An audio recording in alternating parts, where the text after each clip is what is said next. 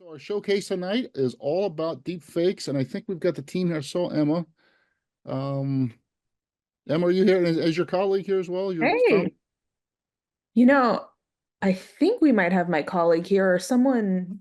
Yeah, well, this is a presentation about deepfakes, so I thought I'd show up as the most deepfake man in America. well, Rochelle, welcome. Introduce yourself and Yeah. welcome to the call. Well, my name's Rigel. I'm going to leave this on, actually, if you don't mind. It's kind of new from what we put together, so I want to stress test it and see how realistic it actually is when I'm actually, like talking.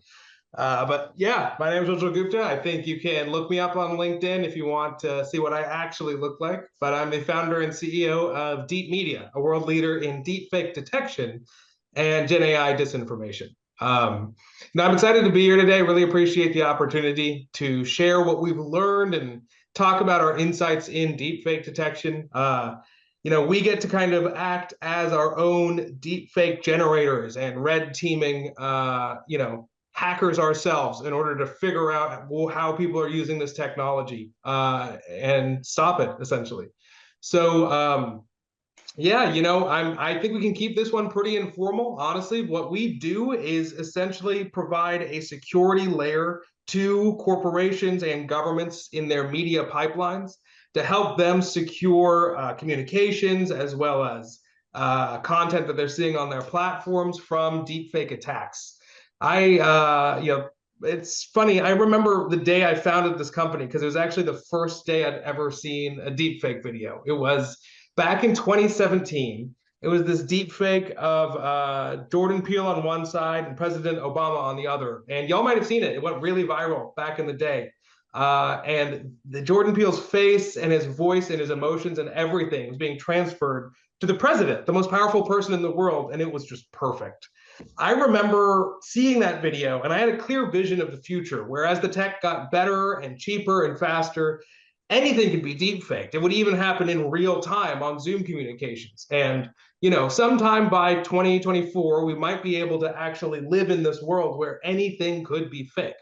And so I founded the company that day to provide technology to, again, governments, corporations, and even individual people to empower themselves against this type of Gen AI misinformation. So we've been in the space for a long time building. We've really focused on developing a solution that scales and adapts to new generative AI, and I'm happy to get into that in more detail. But over the past year, actually, we've been fortunate enough to power the detection efforts for large social media companies, especially around the US election. Essentially, there's a lot of deepfakes being posted over the past few months, and a lot of these big platforms needed the ability to determine what's real and what's fake. So we were able to provide that for them. We also provide deepfake detection solutions to financial institutions, generative AI providers, and governments. The United States military, as well as some of our closest allies, rely on Deep Media's deepfake detectors for content and moving forward in real-time situations like this to help keep communications secure. Really, a lot of what we do lives in APIs and on-premise deployments, but a lot of our customers actually first get familiar with our solutions through our web application. So I think I saw a question in there, is this video real or fake? You could actually just go to deepidentify.ai and log in and get access to our technology. We only allow, I think, scanning capabilities to verified users. So in order to get verified, you can contact us and we'll get you access and we start running some content through. But our goal was to make it really, really easy to see what can operate in our system and what can't, right? Like what kind of things can we actually detect? I think we're all very familiar with generative AI, that it gets so good so quickly. It's really important for us and for our customers to understand what we can actually mitigate against. And so customers can upload hundreds of thousands of documents through our API. They can deploy our system on premise, but usually when they actually start testing it, they just upload a bunch of stuff through this system. We are actually in beta right now with a couple of really interesting customers. One of the world's largest fast food companies actually is really concerned about deepfakes of their executives and of their characters being used to promote misinformation about the brand. So we've developed a system that can automatically scan and monitor content that could be generative AI disinformation about specific topics really, really easily. And so that customer just come in here, add the name of a certain hamburger mascot, and all of those generative AI deepfakes will show up in this thread. One really important part about any type of combat of generative AI today and in the future, it's about how can you operate in a system that has high precision and high recall. And so as we're thinking about generative AI, right, we're thinking about how fast and how good these systems have gotten in a short amount of time, right? Generative AI has gotten to near perfect realism. I mean, at least in the face, you tell me, but I think this one's pretty good. It would fool most people, right? Especially on like day-to-day Zoom calls if you're trying to commit financial fraud. The voice is getting close. I can share an example of the voice after this presentation. It's not quite there yet, but it's getting really good really fast. And images is basically perfect. So we've gotten to a place where generative AI is as good as reality, right? What we've seen moving forward is the amount of content on the internet is going to just be flooded with generative AI. Now, not all of that's bad, is what I want to specify here. There's going to be a lot of generative AI that's just normal, right? It's more about in this flood of what's real and what's fake, having something to hold on to is going to be absolutely critical for high impact trust applications. So when we think about deepfakes and how they differ from generative AI, deepfakes are where generative AI meshes with disinformation. So disinformation is when people use media, information, communications to fraud, scam, and harm corporations and individuals, right? When people use generative AI to do that, that's a deepfake. The deepfakes of people on, attractive women on dating apps, those are being used as disinformation tactics to defraud people out of money, right? Those are what we'd call medium impact deepfakes. Another good example of that are the deepfake scams of people like Elon Musk. Hello, everyone. I'm here to tell you about the Neuralink crypto token, the new cryptocurrency that will change the world forever. With this token, you have a unique opportunity to invest in the future of brain-machine interfaces. So I hope you all could hear that one, but this is a deepfake that was promoted online. This is actually used by this pump and dump crypto scam to acquire, I think it was several $100,000 worth of defrauded currency out of investors. This is an application that is really causing hundreds of thousands and upwards of millions of dollars in financial fraud to large groups of people. Then we also have high impact deepfakes, right? That's a lot of money, but that is a medium impact deepfake, specifically because no one's life is at risk, right? Again, Deep Media works very closely with a lot of government organizations. And without going into too much detail, they are very often the subjects of deepfake attacks. I can speak about, in Europe, there is examples of someone talking to a deepfake Ukraine mayor, right? I think it was a mayor of Berlin, actually. Yeah, European politicians duped into deepfake video calls with Ukrainian Kiev mayors, right? That was in 2022. The rate at which this is happening has increased significantly. Now, we don't hear a lot of people talking about it because people don't like to admit their own cybersecurity flaws, right? And people like Deep Media are actively working to protect government organizations from these scams. But generative AI and deepfakes, things like this right now, are the future of cybercrime. And so really what Deep Media does is provide tooling and technology and expertise to help corporations and governments really solve these problems. Now, when we get into things like solutions, right, I think it's important to understand the problem, but it's also important to understand solutions and where they layer into this ecosystem. So several of you might be familiar with C2PA. It's a watermarking solution developed by Microsoft and Adobe and promoted by the Content Authenticity Initiative. Deep Media is actually one of the first 10 members of the Content Authenticity Initiative. We work very closely with Microsoft and Adobe and the ITU, an international organization from the UN, to help set standards around watermarking and benchmarking and understand where things like metadata can work and where they can't. And so whenever we get a piece of content, we check for C2PA, we check for watermarking, which is either things that you can actually see on an image or more likely things that you can't see that are hidden in the metadata. or like media itself.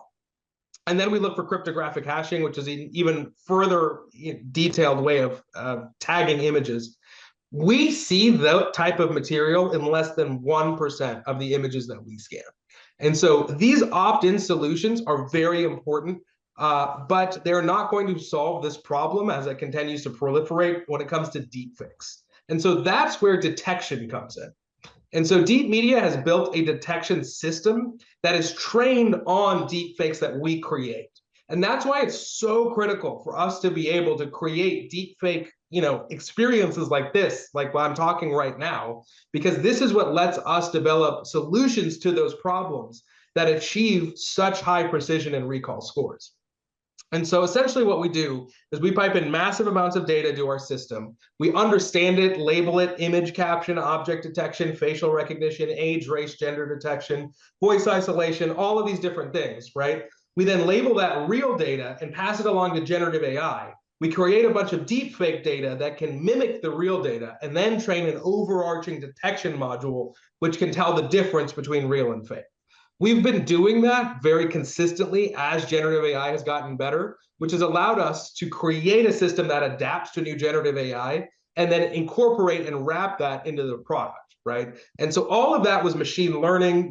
How do you actually develop solutions that work? How do you do that at scale? But then you have to develop an actual experience around that. Again, a lot of people use our API and on-premise solution, but even when they're using the API, they're often coming back to this web interface for more details.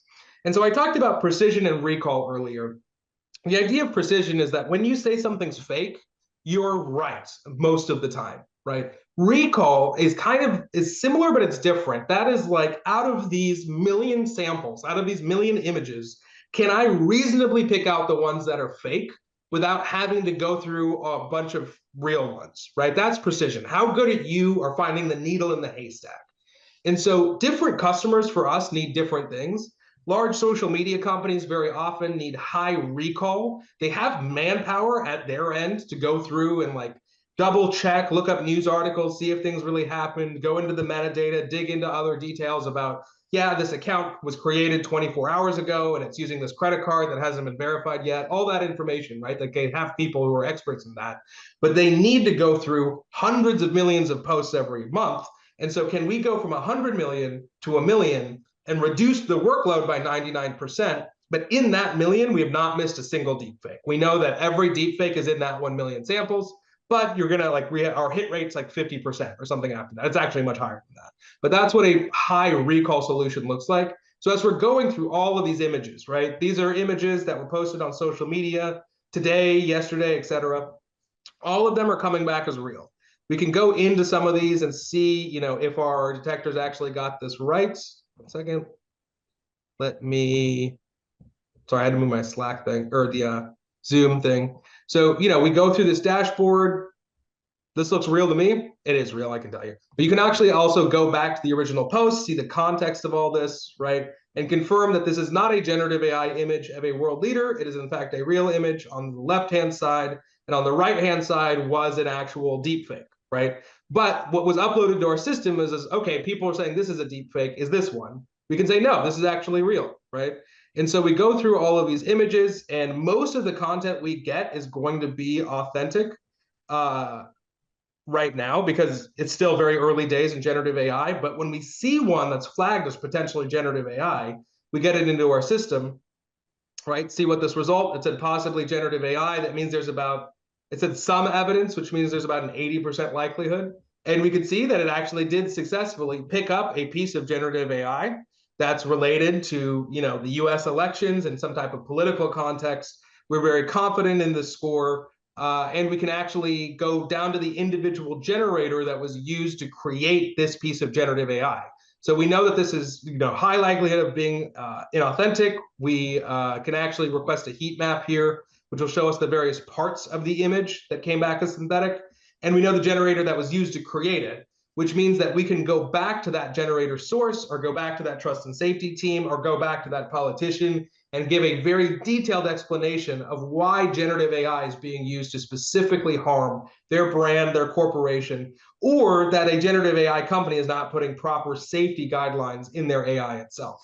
And so that is generally how people are using tools to fight the deepfake problem. Again, this is becoming a more and more critical component to every security stack today and in the future.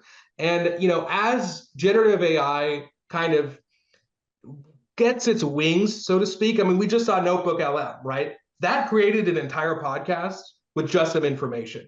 We're moving to a system where you're not going to need a human body to create a deepfake and put it on a Zoom call, right?